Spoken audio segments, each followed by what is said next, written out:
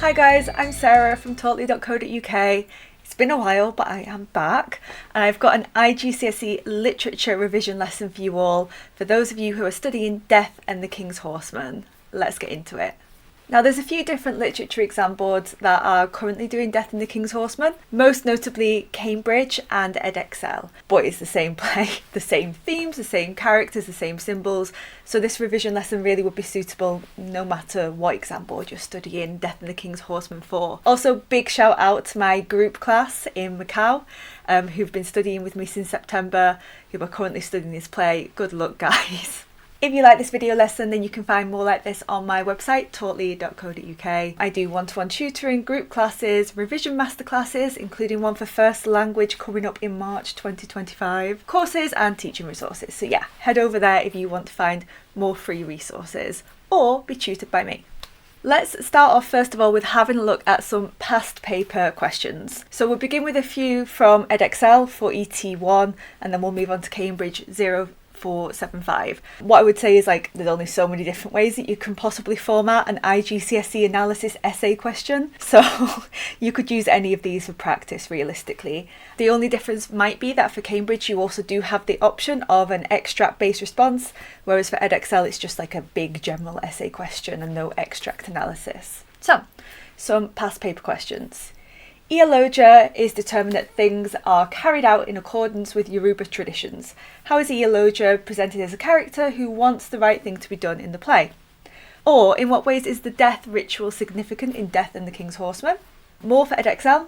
Despite living in the Yoruba community, Simon Pilkins only respects British law and order. In what ways is respect important in Death and the King's Horseman? Discuss the presentation of one character in the play you find interesting. This question's a little bit of a gift from the gods because it allows you to write about whoever you want to. So you can say that someone's interesting because they're evil or they don't learn, or you could say Alundi is very interesting because he's the one that comes in and saves the community, or Ellison is very, very interesting because of his tragic fall. This really is a gift from Edexcel if you get a question like that. Final side of Edexcel examples, don't worry Cambridge people, I have also got 6 for yours as well. Eologia, now forget the dead, forget even living, turn your mind only to the unborn. This one's open for talking about Yoruba world beliefs, I think. Explore the idea of hope in the play. Or how does Siyinka present the praise singer in Death and the King's Horseman? If you want to know more about how you could specifically answer that last question, I have got a video coming out for Act 1 in which the praise singer is featured heavily, so look out for that. And then some past paper questions for Cambridge 0475. To what extent does Siyinka make you dislike the British characters in the play? Hint, a lot. In what ways does Siyinka's portrayal of Alunde contribute to the play's dramatic impact? How far does Siyinka make Jane Pilkins a likeable character? I've also seen the exact same question but for Simon Pilkins, so because I just thought it was the same question really. Explore how Siyinka strikingly conveys the way that Simon Pilkins thinks and feels about Yoruba customs. Explore 2 moments in the play which Siyinka makes particularly dramatic for you. Again, this is such an open question, just pick 2 moments that you think are really dramatic. I might go for the end of Act 3 when Ellison is about to commit the ritual, and then I might go for the very, very ending of the play. That's what I would probably do, but there's no right answer for that one. And finally, how does Siyinka powerfully portray Alunde's thoughts and feelings about Yoruba traditions? So now that you've seen kind of the general questions that you've got, you can see that they're for the most part theme or character, or why is someone likeable, why is something dramatic. So those are the kinds of things that I'm going to try to touch on today in my revision video. Let's get a little bit deeper now into the play, beginning with some relevant context. And these are the 3 main context points that we are going to touch on. So we've got Siyinka's life, the fact it's based on a true event, and the Yoruba cosmic beliefs. So here is Wole Soyinka. He is a Nigerian playwright, poet and activist born in 1934. He was deeply influenced by Yoruba traditions, mythology, spiritual practices, and in fact he actually studied in the UK. So born in Nigeria but went overseas to study at a British university. Does that sound like any character that we know from the play? Hint hint, Alunde perhaps? And because of this, because of his unique perspective, he was able to combine both African and Western literary traditions, which we'll see as we get deeper into this revision video. He grew up under British colonial rule, so he saw the damage and devastation that British colonialism and imperialism did to Nigeria, to its culture, its literary heritage, to its people, its language. So he's trying to revive Yoruba culture in the wake of this British destruction. I say all of this very awkwardly as a British person with a history that isn't great. And yes, the Pilkins absolutely ripped to shreds in this play, and I'm like, oh gosh, am I Jane? Soyinka was a big believer in like trying to revive Yoruba culture after all this destruction. So he's trying to like preserve the indigenous practices, so preserve like the indigenous religions, cultures, ways of life, art forms, language, and so on. And he was actually the first African author to win a Nobel Prize for Literature in 1986, which has led to some people calling this play the African play, right? Because it's one of like the most famous and influential post-colonial African plays. Soyinka, you may or may not know, but he is something of a rebel. He is actually exiled from Nigeria, spent many years in prison. I think he's currently living in the US, or perhaps not, but I do know that he recently tore up his green card in protest to Donald Trump. So he's someone that is not afraid of speaking out, even when it personally affects him. He thinks that his voice is very, very important for the community and values the community over the individual. Does that sound like something that someone else probably should have done? Ellison, perhaps. I love how I'm coming at like Ellison and Lundy with the same amount of sass here. My apologies. So this play was actually based on a true event, and Soyinka said that this idea and this story that he'd heard had been like brewing in his mind for many years before he actually wrote it down. He also wasn't the first or only African playwright to write about this specific event. He's just the most famous. So this story of the King's Horseman who was supposed to commit ritual suicide really happened. In 1946 there was a real royal horseman called Ellison who was supposed to commit ritual suicide according to the Yoruba custom, but was stopped by British colonial powers. So based on a true event, but then it's how do you take these true events and what themes do you draw out and what themes don't you? What do you add in, what do you not? Because obviously not everything in the play is true, and it's also the language that you use and how you present it. So I think Soyinka's play is a very, very interesting one for picking out those themes and those characters. And the final bit of context, I simply don't think that you can fully understand this without understanding the Yoruba belief system. So the Yoruba people believe in 3 states of being, that being the unborn, so waiting to be born, the living, and the ancestors, like the 3 like stages of living. And interestingly, like these 3 stages, they are connected. And the way that they're connected is through a passage, an abyss, or a transitional gulf. And you can move in between these stages. So the ancestors can come back to life, and that might be in the form of the Egungun, which is part of the reason why when the Pilkins wear the Egungun costumes, it's so frightening and so offensive, because the Yoruba truly believe that the ancestors can come back to the living realm. Interestingly, the unborn can also move between stages of being. For example, they could decide not to be born. If they believe that their parents have acted shamefully, then they can choose to not be born. So how does all of this relate back to Death and the King's Horseman? Well, Ellison is believed to be that passageway. So he needs to commit suicide within 30 days of the king killing himself to keep that passageway open between the 3 stages of being. And so when he fails to do that, when he fails to kill himself, he is not just shaming himself or his local community or even like all of the living, but he's actually threatening the very foundation before you're born, whilst you're living, and the ancestral land. Like he is destroying all 3 stages of being. And so we can see all of these references and hints to the passage or the path which represents Ellison throughout the play. For example, the play opens with the stage direction, a passage through the market. And in Not I Bird, Ellison says, "Watch me dance along the narrowing path." So this is that direct reference to the fact that Ellison will be that passageway keeping the 3 stages secure and alive and well and healthy, if he does his duty, which he doesn't. Okay, so the next section is all about Soyinka's intentions as a writer. You know, as English teachers, we often talk about what is the writer's intention? What's the big, deep meaning of the play? So let me just give you some, right? I find that these intention sentences can be very, very useful in your introduction as thesis statements.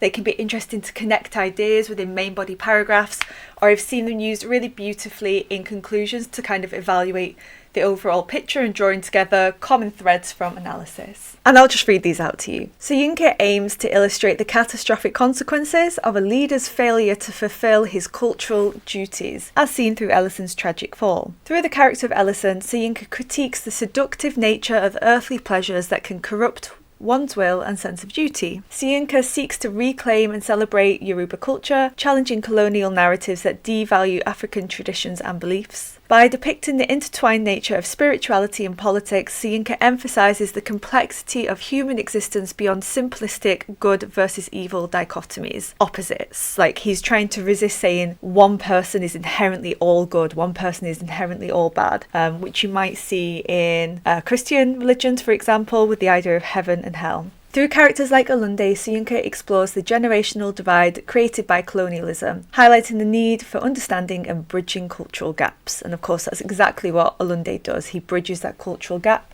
and sacrifices himself for the good of his people. Okay, and now on to characters. So I'll go through all of the main characters and important things to note about them. Beginning first of all with the main man, Ellison Oba.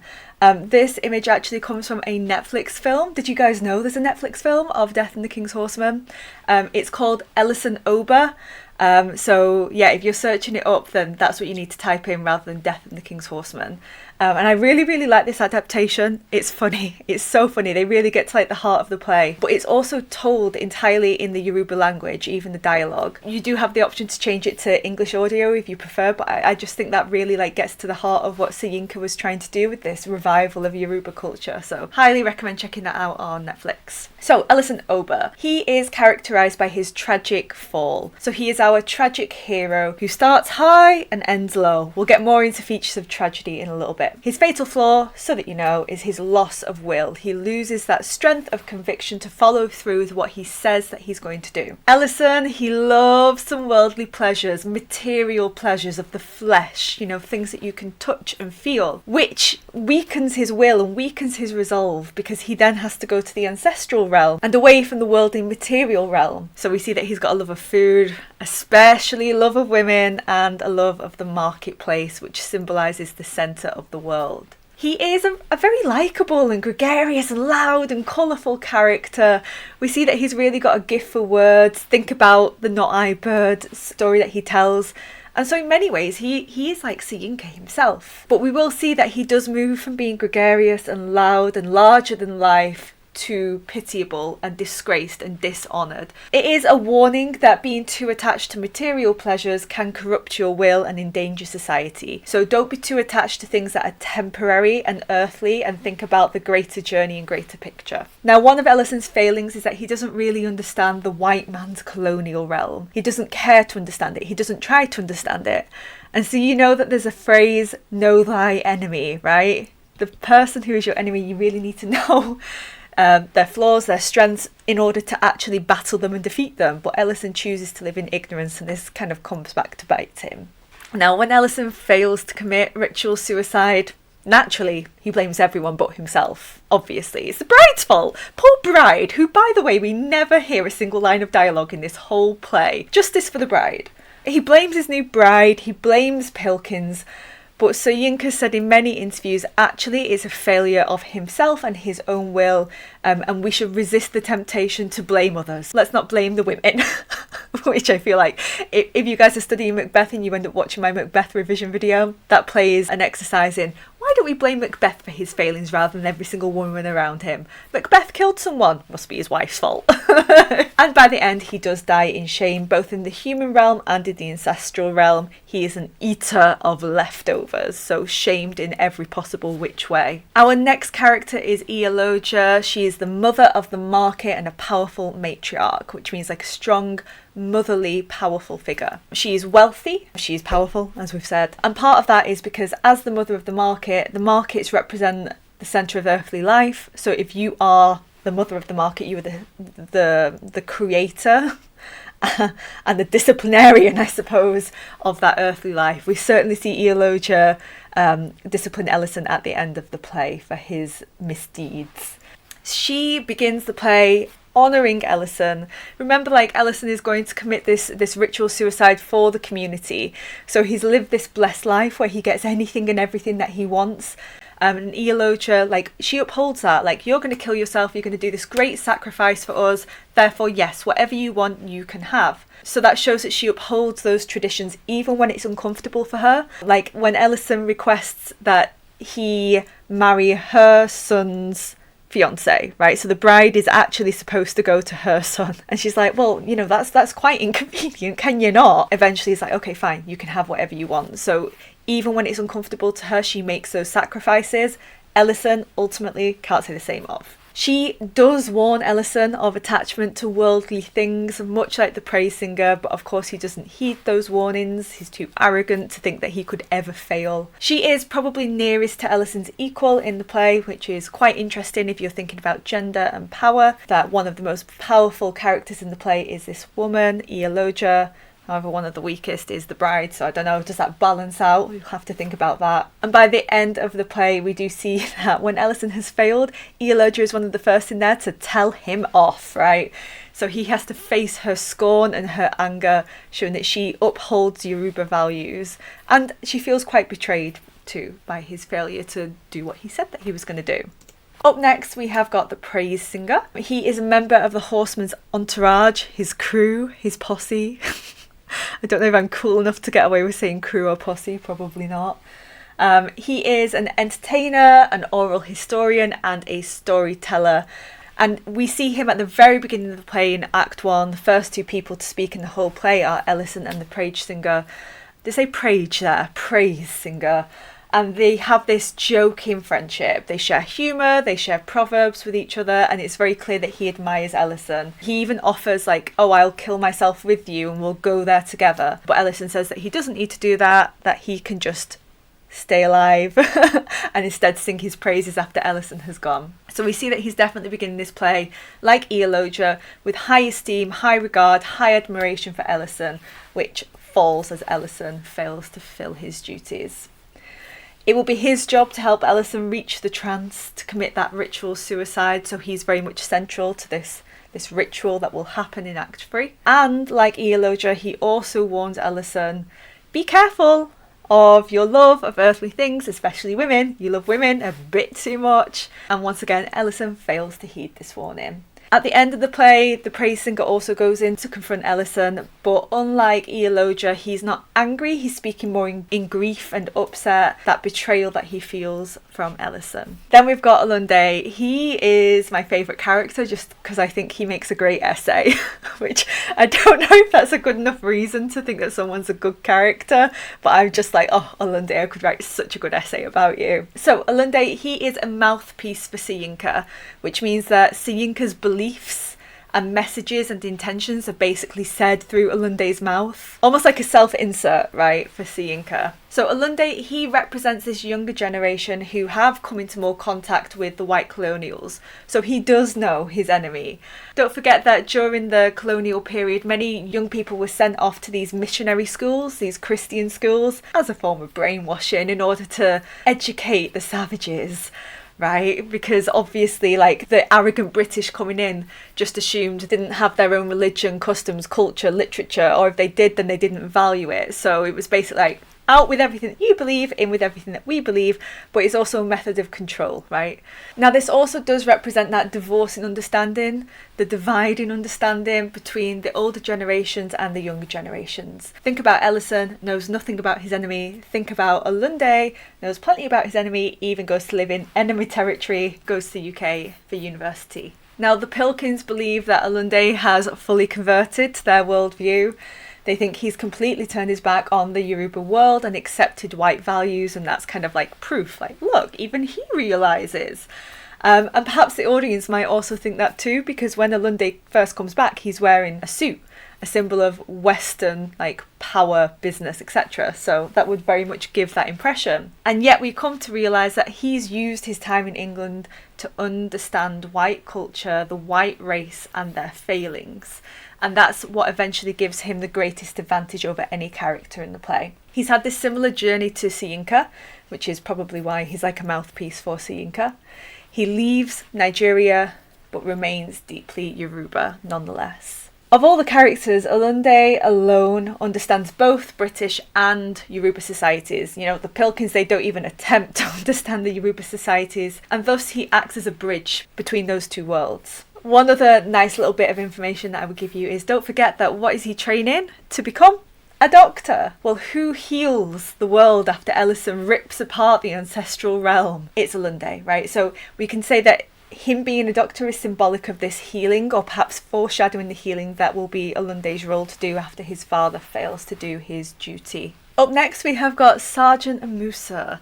He is a native administration policeman, which is the lowest rank of police, which shows how looked down upon he is by every single character in this play. He's also looked down upon because he's Muslim. So he's not Yoruba, he's not Christian, and therefore he is a complete outsider to both of these groups that we see in the play. And yet, although he is an outsider, although he isn't Yoruba, even he is offended by the Pilkins' use of the Egungun. So it shows these really deeply ingrained beliefs or understandings of what is offensive, what could be harmful, that the Pilkins just can't understand.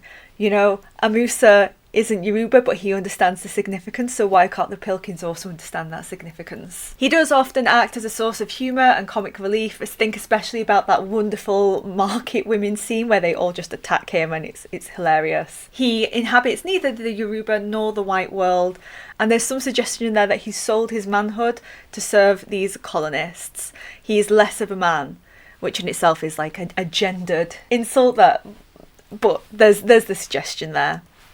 Much like with Joseph. So Joseph has also symbolically lost his manhood by serving the Pilkins, and we see this because he's the Pilkins' houseboy. And so no matter how old he becomes, he will always be a boy. And so that's where we're getting that symbolic loss of manhood from. Now Joseph, he is a Christian convert, and his Christian beliefs are far stronger than the Pilkins. So it's interesting that he has converted and he understands and deeply believes these views, unlike the Pilkins, who don't seem to understand or deeply believe in anything. Which brings me on to Simon Pilkins. Boo, Simon, boo. He is the British district officer, and he represents that typical colonial or typical expatriate. An expat, in case you don't know, travels from overseas to live in a new country, but it's often connoted with being white and rich. Like, really, there's not that much different between being an expat or being an immigrant, but different connotations, I suppose, which are racist connotations. Now, even though he is living in Nigeria, and even though he is supposed to be overseeing this territory, he has got no interest in learning about Yoruba culture. Make it make sense. He is shallow, he's conventional, he's got no understanding of any culture, including his own culture, which I find very bizarre. He mocks every single religion. He mocks Christianity, paganism, or the Yoruba beliefs, and Islam. And over the course of the play, he learns absolutely nothing and is completely closed to new ideas. So what is his character arc? What's his journey? There is none. Congratulations, Simon, you learned nothing.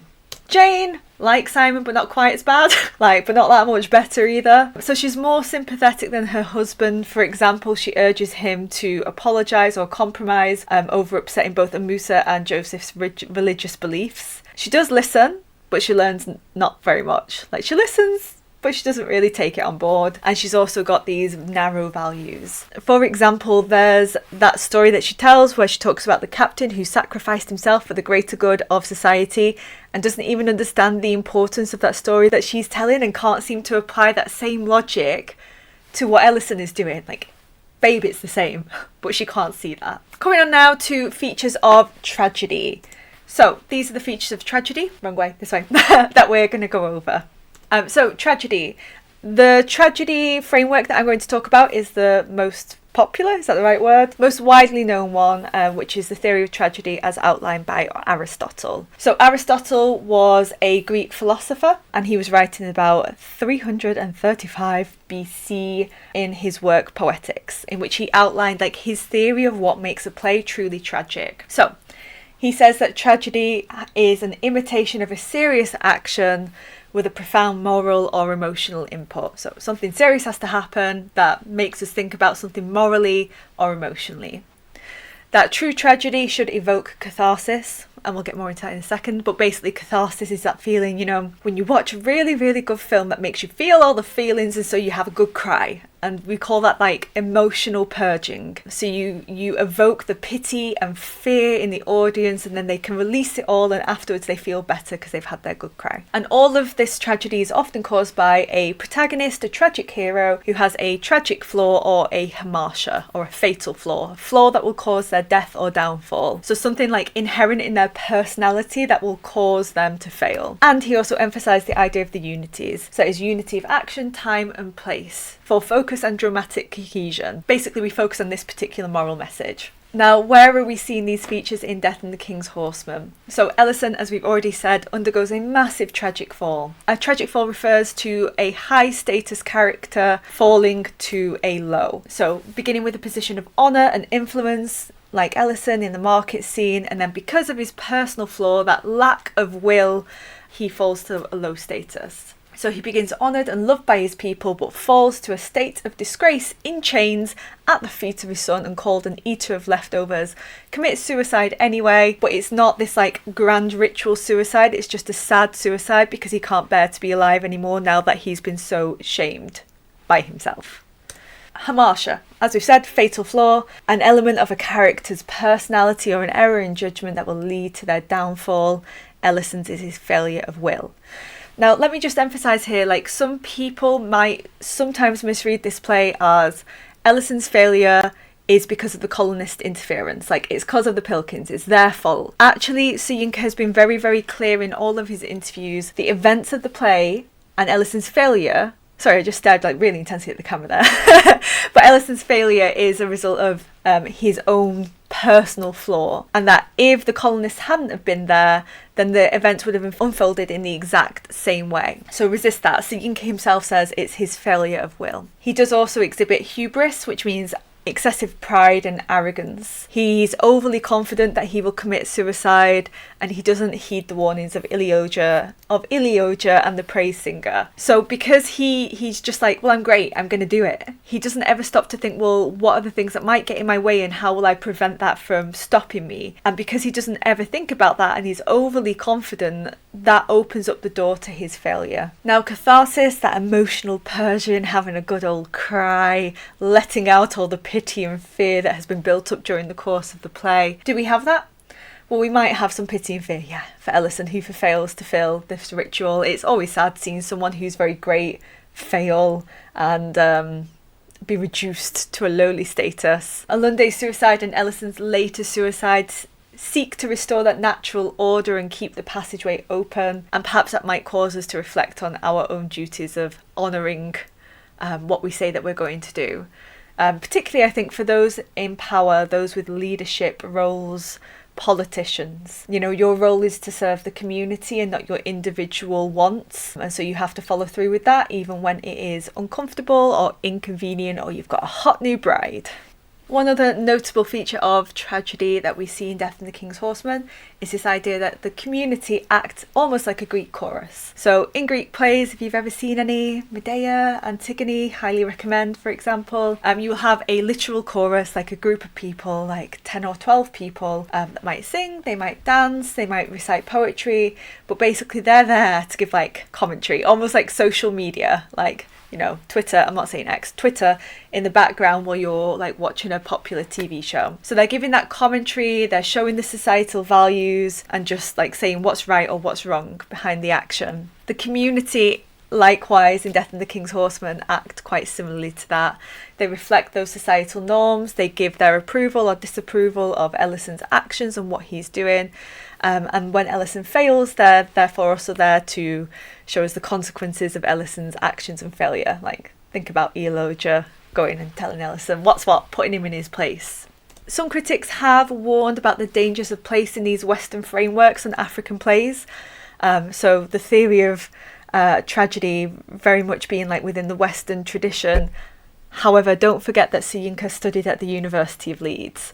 And he also worked at the Royal Court Theatre in London. So even if we are over-reading into it, Soyinka 100% knew Aristotle's theory of tragedy. There's no way that he didn't. And so I think, yes, we can see clear influences there, but it's good to keep an open mind about other possible interpretations of the play. Coming on now to some of our important themes in Death and the King's Horseman, I will say that there's no like set list of themes, right? So your teachers probably taught these themes called something slightly different, or maybe you had different themes to this, but there'll be crossover. It's not like when you get a play, it's like, here are the themes. These themes I got from this version of the book, which is the Bloomsbury Student Edition. So if you want to read more about it, this book is very good. It's got a very good opening essay, which is where I got lots and lots of my ideas and analysis from. Highly recommend this version. So here are the themes that we will talk about. Let's get into it. So beginning first of all then with the idea of the significant individual. So Yinka believes that there are certain people who will have to fulfill special roles and duties in the world. And these people are basically like the chosen one, right? Harry Potter, Keanu Reeves, Neo, Matrix. And they are like the leaders of the people who will have to make sacrifices for their community. So this play explores what happens when that significant individual fails to make their sacrifice for the greater good and for their community. So Ellison's failure throws into danger not just himself, his family honour, his personal reputation, but the whole of Yoruba society in this life and the afterlife, and anyone who could ever be born. So therefore Ellison's betrayal is catastrophic to the whole world, and I suppose therefore this play could be read as this warning to those significant individuals and politicians to make those sacrifices for your community and the importance of community over the individual. The next theme is duty and will. So Yinka shows that those who follow their duty, like Olunde, like Iyaloja, maintain that harmonious balance in the world. Oh, and also like the bride. Sorry, bride, I can't forget the bride. You know, we don't ever know who she actually wanted to marry. I can assume it probably wasn't Ellison, like an old guy who's going to kill himself the next night and has already got a lot of wives, but she fulfills her duty. So Ellison's duty was to commit this ritual suicide, and as a result, he lived a blessed life where he got everything that he ever wanted. So his community sacrificed for him because one day he would sacrifice himself. They gave him food, women, and riches. And therefore, when Ellison fails to kill himself, he's completely betrayed their trust. Like, you know, they've gone decades giving this guy whatever he wants, including their own wives, all right, or fiancés, and then he can't even do that basic duty and promise that he said that he would do. So for Yinka, he argues that actually what makes us human, what makes us more than animals or beasts, is our will. And if we can control our will, we can control our destiny. So he very strongly believes in doing your duty, even if it's inconvenient, even if it doesn't benefit you directly, because we should be thinking about the bigger picture and our community. And as I said before, Yinka reasserts that Ellison's failure had nothing to do with colonialism, but it was that failure of his own will to commit his duty because he was too enticed by these earthly pleasures and too arrogant, too hubristic. Another theme is that of power and corruption. Now, Ellison isn't totally corrupted. Like, this is why I'm saying try to resist readings of totally good or totally evil, because Ellison clearly isn't an evil guy. He's just likes the ladies, just likes the food, just likes his music, you know? So he's not like corrupted by power. He's not greedy. He's just a bit silly. Don't put that in your essays. Just a bit silly, but that's my personal analysis of him. He enjoys this hedonistic, which means like pleasure-seeking life and love of women. But because he becomes complacent and hubristic, proud and arrogant, he doesn't really recognise that potential for failure within himself. That might be because he has lived this life of flattery, compliments, honour, love from his people. Watch the Netflix version of Ellison Ober, and the play literally begins, he's like surrounded by women, they're feeding him, and then into a scene of he's riding on a horse and everyone's behind him like, oh, we love Ellison. And he's just on the horse like, yeah, they love Ellison. It's so funny. But you can definitely see how all of this have made him completely overly confident. He therefore rejects the Praesinger and Iyaloja's warnings. And like to bring this all together to a deeper message, don't forget that Nigeria was in a fierce civil war in the 1960s after the colonialist powers left, because the British had put together lots of different like states, religions, tribes who had different religions and different languages and completely different values and worldviews and wants, and just gone, right, you're a country. And they're like, but we don't like each other. Like, no, you're a country. And then so surprise, surprise, once the British left, war broke out.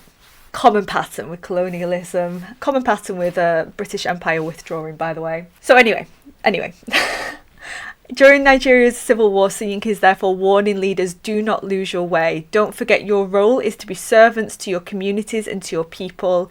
Don't get seduced and distracted by wealth and lust and power.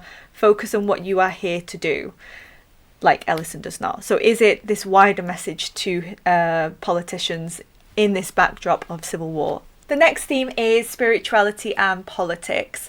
So we've touched this a little bit already, but the Yoruba people don't view life in dualist terms. Dual meaning two. So one thing is good, one thing is bad. You're going to go to heaven, you're going to go to hell. So they view life as being far more complex, and all aspects of life are interrelated to each other. You can't just be like, I don't believe in politics, I don't get involved in politics, or I'm not religious, because they think that actually everything is political, everything is religious, and anything political is also therefore inherently religious. Everything is interconnected. So when Ellison fails to commit this ritual suicide, he is breaking everything, because everything is interconnected. But likewise, Soyinka is encouraging us not to oversimplify this play. It's not a simple clash of cultures. It's not a simple good guy, bad guy story. So he's encouraging us to view the events and view the people through this more like Yoruba worldview, where we view all of the complexities and how they connect to each other and how they have a causal effect on each other. The next theme is reclaiming history and culture. So, during the colonial period, when the British invading colonialists ridiculed, devalued and dismissed African cultures. There was a myth and a lie claiming that Africa had no culture, and that simply because when the British came in and they saw like Yoruba plays or Yoruba religion, they just didn't see it as valid. Not that it didn't exist, and then they destroyed it, and then they said it doesn't exist. Like, it existed, you didn't value it, you destroyed it, and now you're like, Africa doesn't have a literary tradition. It's your fault. So, therefore, Soyinka is reacting in response to this. He's attempting to honour and showcase Yoruba lost history and culture and literary traditions. So the invading colonists believed that they had to civilise black people, and that was often done, as previously stated, through missionary schools or enforcing religion. Basically, that kind of brainwashing process. That kind of like brainwashing process, so that people would be more obedient and compliant. And actually, because there was this brainwashing process, and because Nigerian people, some may have absorbed this Western propaganda and believed it to be true, Soyinka said that some educated Africans became ashamed of indigenous forms of religion, marriage, music, dress. And so there is really that seeking to redress this, to fix this, and to show, look at what we had, look at what we lost, look at what we can bring back that's not dead, that's not gone, and how wonderful it is. So Soyinka is trying to show that Yoruba culture is rich and vibrant. He blends idiom, the Yoruba language, song, dance, drums, idioms, parables, everything together to honour Yoruba's past and future. This idea, it's not dead, it's not gone, it's not lost, and Soyinka is in the process of actively reconstructing and reviving the African literary tradition. Our final theme is women and power. I mean, would this even be English literature if we didn't analyse gender? I feel like every single text that we do always comes back down to like women. So anyway, women and power. So interesting in this play. I mean, most of this analysis is focused quite a lot on power, and especially on eologia. You might also want to think where women don't have power. So women are cultural interpretators. In other words, they have to do all of the thinking and emotional processing to teach the men how to listen and understand. So, for example, Jane tries to listen to some of the Yoruba beliefs sometimes, and also Joseph's like offence, and to convey that to Pilkins. It's also called emotional labour, guys. Like, it shouldn't be women's role to have to listen and translate basic emotions that any adult could understand or listen to by themselves. Eloja, she does have authority. Like, even though Ellison Ober, Ober meaning chief, is a very high status character, she's got no problem with really ripping him to shreds at the end when he doesn't fulfill his duty. We also see that women understand and influence through their use of words and language. We've also got the market girls when they stop Amusa from preventing that ritual suicide. They have that loyalty to the Yoruba culture. Jane does attempt to guide Pilkins, but lacks real power to change his behaviour. I'd also argue she doesn't really try to change his behaviour that much, or doesn't understand that much. And then this final bullet point I don't agree with entirely, but I think it's important to say. Ellison's bride having a form of power in terms of her beauty. I mean, I guess. I would say the bride is an example more so of being completely powerless. So is there an element here of age, perhaps, I wonder? But Ellison's bride literally doesn't speak a single line of dialogue and is just passed around like an object to be bartered with, included by Eloja, who's like, yeah, sure, you can have her. Excuse me, lady. I am a person, not an orange. So yeah, all worthwhile things to think about in terms of women and power in this play. Sometimes given as a theme is the theme of clash of cultures, which, I mean, it is present in the play, but Soyinka warns about oversimplifying the play to just be about a clash of cultures between the Yoruba people and the colonists. He said the play would have unfolded the exact same way without the colonists. It is still a theme, but it's not the only theme, right? It's not the only thing that causes the events in the play. So just be very, very careful with that one, because he has been very vocal on this point that the play is about more than just that. Alright, so up next, I'm going to talk you guys through some important features of language that you can spot in the play.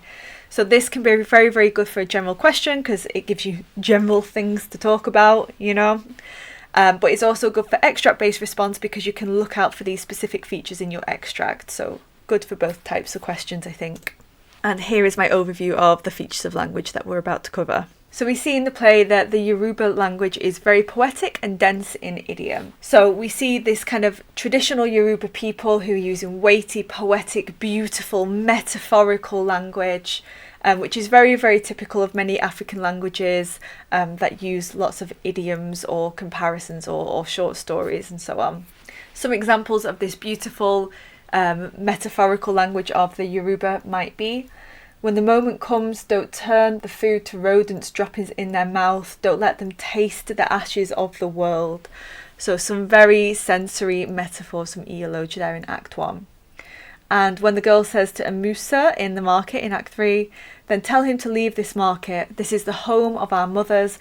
We don't want the eater of white leftovers at the feast their hands have prepared. Such a beautiful metaphor there. This idea, this imagery of the feast and eater of white leftovers. And of course you might recognise that quote from later on because Alunde says something very, very similar to Ellison. He calls him an eater of leftovers in Act 4, I think, off the top of my head. Might be Act 5, double check. We've also got frequent use of metaphor, which really is just another example of poetic language. Let me show you some anyway. So we see Eologia especially using metaphor to explain how Ellison has disrupted this natural order. So notice the nature imagery, the path or passageway imagery here. She said the sap in the planting does not dry because of what he's done. So something that the crop or the vegetable would naturally do now no longer happens because Ellison has broken the order of nature. And Ellison, even at the narrow end of the passage, I know you will look back and sigh last regret for the flashed past your spirit in flight. This imagery of Ellison at the end of the passage, narrow, getting smaller and smaller because of what he's done. And as we said before, related to the Yoruba worldview, that Ellison's ritual suicide will keep this passageway open between the three stages of being. Soyinka also makes frequent use of the Yoruba language. This is one thing I really like about the Netflix adaptation, Ellison Ober, and it all being told in the Yoruba language. So it is this reclaiming and honouring of Yoruba culture in a post-colonialist era. Not forgetting, of course, that when the British invaders came, they tried to enforce English. And so that caused many languages to die out simply because they were mandated to not speak those languages anymore. And then eventually English becomes the language of education and power. And so it kind of becomes almost a compulsory second language. in order to succeed in life, still is. That's why we've got so many British international schools, and why so many of you guys are doing the British educational system of the IGCSEs. All connects together, guys. It all connects together. So anyway, we see Yoruba words and occasional full lines in Yoruba song deeply embedded throughout the play. The first opening lines of the dialogue are Ellison O, Ellison Oba Hawu. Oba meaning chief, Hawu meaning how or why, so we've got that Yoruba language there. Ellison calling the praise singer Alohun Iyo, which means praise singer in Yoruba, or also sweet voiced person. I've also heard like a salt voiced person. Anyway, I obviously don't speak Yoruba. If you are Nigerian and you do speak Yoruba, go kind of me first of all for my pronunciations. Feel free to correct anything that I may have said wrong. If you are Nigerian, how would you translate Alohun Iyo? We also see this rhythmic and poetic free verse that is used. So this rhythmic kind of language mirrors that musicality seen in the Yoruba culture. So just as we've got music the whole way through the play, even their language use is also musical as well. Now in Western theatre, that free verse, if you study Shakespeare you will know, is associated with intelligent, high status characters. Interestingly, the colonisers never speak using free verse, so they see themselves as high status characters who are highly intelligent, or they are actually the Yoruba people who are speaking using poetic free verse. For example, all of Ellison's Not-I bird speech is told in rhythmic free verse. Look over there. I, when that Not-I bird perched upon my roof, bade him seek his nest again. Safe without care or fear, I unrolled my welcome mat for him to see.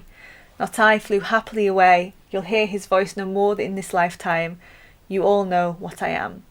So by poetic free verse, what I mean here is it's written like poetry, with new lines beginning even if a sentence isn't complete, but with free verse there's no rhyme, which you've probably noticed. Another feature of language that's important to note is the use of folk tales and storytelling. So before the colonisers came and invaded, many types of African literature and theatre were told in the oral tradition.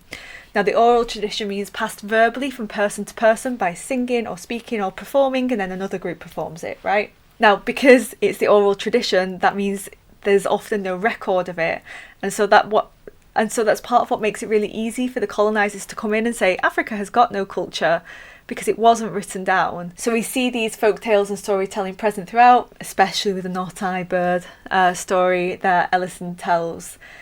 So in this way, Soyinka is honouring the Yoruba and African traditions, bringing back to life the African literature and paying homage and respects to the past. Now we've spoke a lot so far about the language of the Yoruba, how beautiful, musical, dense in poetry and metaphor it is. Compare it to the colonists. So the colonists have thin, slangy English. They don't speak beautifully, they don't speak with any level of intelligence or thought, and they use a lot of slang. So it really contrasts those two language types, the Yoruba's poeticism with the colonists' slang. And their use of English shows this lack of roots in history, culture or poetry, which the Yoruba's very much does. For example, let's have a look at the Pilkins here. Jane says, I think you've shocked his big pagan heart, bless him. Big pagan heart, gorgeous use of language there. Damn it, what a confounded nuisance, says Pilkins. So, damn it would be considered blasphemous to Christians, because you are damned to hell. So again, another example of they're very much not practicing what they preach, and they also don't seem to be that connected to their own religion or culture. We also see the use of mimicry, which means copying someone specifically to mock them. Maybe you've got a little brother or sister and you're like, Mom, she took my milk. And then your little brother and sister will be like, Mom, she took my milk. That's an example of mimicry. So the colonists' shallow use of English is mocked when these girls parody, copy, mock European manners and speech in mimicry. So it's also not even just their speech, it's also, you know, the things that they're concerned with are so shallow and so meaningless and so stereotypical. So it shows their shallow, frivolous, meaningless concerns. For example, what's your handicap, old chap, in golf? Is there racing? By golly, splendid golf course, you'll like it. I'm beginning to like it already. And a European club, exclusive. You've kept the flag flying. We do the best for the old country. It's a pleasure to serve. Another whisky, old chap. You are indeed too kind. Not at all, sir. Where is that boy? Who's the boy? The native servant. So very much rooted in these shallow pastimes, golf, in status, in wealth, in money, in pretending like you care for your country by keeping your flag flying, but do you really? Because all you're doing is sitting there drinking whiskey and chatting. And also in bossing around your servants, the boy. Finally, another use of language that you will want to look out for is a moose's use of pidgin English. So pidgin English is a simplified form of English which is mixed with elements of other local languages. Basically, when you get English and mix it with another language, so there's not like one specific form of pidgin English, it can be across the whole world depending on which language or culture it's mixed with. And it's often used as a form of communication between people who don't share a common language. So you're kind of combining all of these languages and words based on your needs and your specific situation. You know, if you were working on a fish market or something, then you might be mixing together English words for fish, but money words from the Yoruba language. I don't know, as an example. So Amusa speaks this pidgin English, which was the English of the common man in Nigeria. But in the play, this language does create this separation and this barrier from the other characters, because once again, he's the only character who speaks pidgin English, much like he's the only character who isn't Yoruba or Christian, he's a Muslim. So he's very much shown as an outsider. But this pidgin English does also create this comedic effect within the play. So Amusa says, and forgive my reading here, but Amusa says, "That Egungun itself I no touch, and I no abuse 'em. I arrest ringleader, but I treat Egungun with respect." And then also in Act 3, "We dey go now, but make you no say we no warn you." So here are some examples of that pidgin English. And now on to form and structure. So we're going to think about features of the play, as a drama to be performed in the theatre, and also the structure and organisation of the play as a whole. These are elements that students often forget to analyse. They often heavily focus on language but completely ignore form and structure. And to be honest, good analysis of form and structure is so useful, because if you're analysing the overall structure of a play, you don't need that many quotes, but you can say very, very deep things. So I do find that students who tend to get higher marks will often analyse form and structure, more so than students who are getting, your CDBs. CDBs? Wrong order. DCBs. Wow, good job, English teacher. Okay, so here are the features of form and structure that we're going to talk about. Starting first of all with songs and music, which are features of form, the fact that it's a play that will be seen and heard and performed. So we see within the play that music is almost always present. So you've got the drums, the singing, and in the whole of scene 5, we've got the dirge, the death song of the women in the background. So it's very much bringing that Yoruba culture to life and that honour to the African tradition in which theatre was interwoven with music. This use of music gives the Yoruba land a voice and makes it feel alive throughout the whole play. But by contrast, when thinking about music, the colonists are completely cut off from their own culture. Their music is described as being played badly or being played on a gramophone. So like the performers are literally not even in the room. Whereas the Yoruba music is played live, sung live, and theirs is a recording from another world. And theirs is a recording brought over from another country. So showing that they're not really in touch with their culture in the same way that the Yoruba are. Another feature of form is the use of costume. So the costume is showing that misunderstanding and disrespect between the British colonisers and the Yoruba people. Obviously here we're talking about the Egungun costume. So the Egungun is sacred to Yoruba culture. As we've said before, it's used in rituals to communicate with spirits of the ancestors, and people also believe that the real ancestors can actually return and they are the Egungun, right? So it shows that deep connection of the Yoruba to the spiritual world, which has been completely disrespected by the Pilkins. To them, it's just a costume. It's just clothes, just a bit of fancy dress. So they're not seeing the cultural significance of this costume. All the more so because they're literally wearing it for their fancy dress party. And many, many people tell them over and over again, like, don't wear that, it's horrible, I can't even look at it. And they don't care and they wear it anyway. So this costume serves as a symbol to show the exploitative and disrespectful nature of the Pilkins and of the colonisers more widely. We've also got combining Western and African traditions. So we've got many features of Western theatre, such as the use of the classical tragedy structure, as outlined before by Aristotle, with a tragic hero who undergoes a tragic fall with a hamartia, and so the audience experience catharsis. And also with that community acting almost like a Greek chorus, and with the unities. Everything takes place in a single day, a single place-ish, we've got different settings, but it's all within the same village, and a singular plot. But all of this is combined with the African oral tradition of music, drums and dancing. And these are all features that were previously disrespected and mocked by invading colonists who claimed that Africa had no culture. Showing here very much Africa does have a culture, and here it is, and it's alive and it's well. In terms of structure, this play does use a circular structure, meaning that the play begins and ends with a similar idea or theme or plot. So the play begins by discussing Ellison's upcoming ritual suicide and ends with Olunde, his son, completing that suicide mentioned at the very, very start. Now, this use of circular structure could suggest a sense of completion, of wholeness, of things being fixed by Olunde's sacrifice for his community, and thereby restoring the Yoruba three states of being and keeping that passageway open. We do also have some use of irony and foreshadowing, not quite dramatic irony. Dramatic irony would be when the audience know something that the characters in the play don't. It's more just irony of this is said and yet this happens.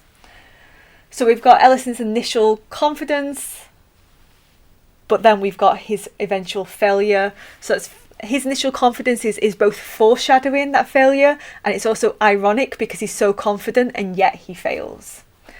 We've also got Pilkin's ignorance about the Yoruba custom of the ritual suicide. He calls it savage and barbaric, and yet we come to realise that actually it's the Pilkins who haven't really got any culture or customs or genuine beliefs. Their belief is, I like fun. That's about the depth of their belief as far as I can see. So we've got some irony here because the audience can very much see how deeply the Yoruba people feel about their customs and beliefs versus the shallowness of the Pilkins in his own religion and beliefs. So we come to have some irony of, well, who is the actual savage here? Because it doesn't look like it's these intelligent, beautifully metaphorical people. It looks like it's you with your bad music and your inability to ever consider anyone else's point of view. Olunde is also very, very strong in his beliefs, duties and his customs. It's ironic because Pilkins thinks that he's been westernised, and yet Olunde has an even greater sense of commitment than Ellison does. So contrasting with, we've got him, we've won him, he's in the UK, versus he's the strongest in his beliefs and convictions of anyone. So that creates some irony there too. Now let's have a think about the symbols and motifs that we see in the play. So here are the 4 symbols that we're going to discuss. Egungun, not going to go into it too much because we've discussed it to death, I feel, but is basically a symbol of the Pilkins' ignorance of Yoruba culture. For example, even a Musa, an outsider, recognises the importance of the Egungun, saying the Egungun itself, I no touch, I no abuse them, I treat the Egungun with respect, and we cannot say the same for the Pilkins. The marketplace. Now the marketplace is a symbol of vitality and life, but it's also this wider metaphor for being the centre of the world where everything happens, almost like a microcosm, which means like a mini society. So the marketplace could represent society as a whole. Because the marketplace is where all of the women are, where all of the food is, it could also foreshadow how Ellison's love of these earthly pleasures will lead to his downfall. And there is a Yoruba saying which is, the world is a marketplace, heaven is a home. So this idea of the marketplace being the whole world, very much backed up by that idea. Now the marketplace also has an importance in terms of it being like an economic centre where wealth and riches are bought and sold. But it's also important culturally, politically and spiritually because it's also a place where people come together. So I think it's really important setting of the play. We've also got some nature imagery. Do look out for my Act 1 extract analysis because I go over this in more detail. But throughout the play, we've got this nature imagery, which might suggest that the Yoruba people have this really close bond with nature. And yet when Ellison fails, that could show that disruption to the natural order and breaking nature as such. One example of this might be at the start of Act 1, where Ellison is called a cockerel, having certain connotations there, shall we say. And he also says, the market is my roost, which is where a bird would sit. When I come among the women, I am a chicken with 100 mothers, says Ellison. Okay, so we begin with nature very much intact, and yet it becomes broken by the end of the play, and then fixed with Lunde's sacrifice. We've also got some slavery imagery too. So this might show that Ellison, and more widely his culture, the Yoruba people, are still at the mercy of a system that dehumanises African people and deprives them and strips them of their traditions, and shows that legacy of colonialism in Nigeria.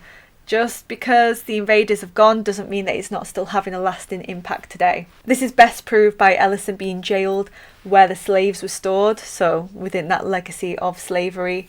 And when he is locked up, it says his wrists are encased in thick iron bars, chained together. He stands against the bars looking out. So this imagery of very much being a prisoner and at the mercy of the colonialists. I'm not going to analyse these in any level of detail because this video is already too long, but here are some key quotations that I might suggest that you try to remember for your exam. The quotes are long, just remember some keywords. Not going to read them out. Let me just turn off my face. So here's slide 1 and slide 2. And finally, here is some useful vocabulary that might be useful in your essays. Again, not going to go through all of it because I will bring up some of them during my act by act videos, but here are some pieces of vocabulary that might be of use to you. Okay, well, if you stuck around this long, thank you so much for joining me. Honestly, it's been a beastly long video, so it shows your dedication, right, to your studies and to Death and the King's Horseman. Don't forget that I have got more like this on my website, totally.co.uk. I try to put a lot of free stuff on there. Like, of course I sell some stuff, I sell some tutoring and all of that, but I do feel strongly, morally, that education should be free.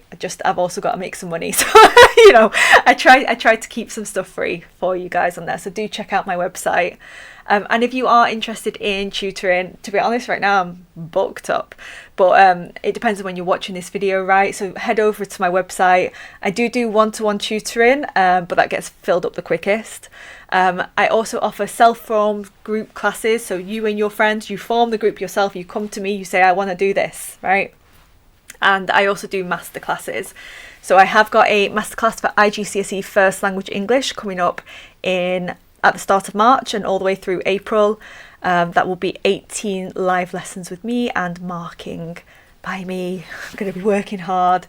If you're watching this after that time, just check out my website. There might be some more masterclasses that you can join. Generally do them right before exams. Anyway, I hope that this video lesson was useful to you. I really, really love this play. It's such a shame Cambridge is taking it off its syllabus like next year. But Edexcel, you know, they know what's what. They're keeping Death and the King's Horseman on for the foreseeable future. Anyway, that was a very long outro, but thank you so much for joining me, and hopefully I will see you guys in my next video. Goodbye.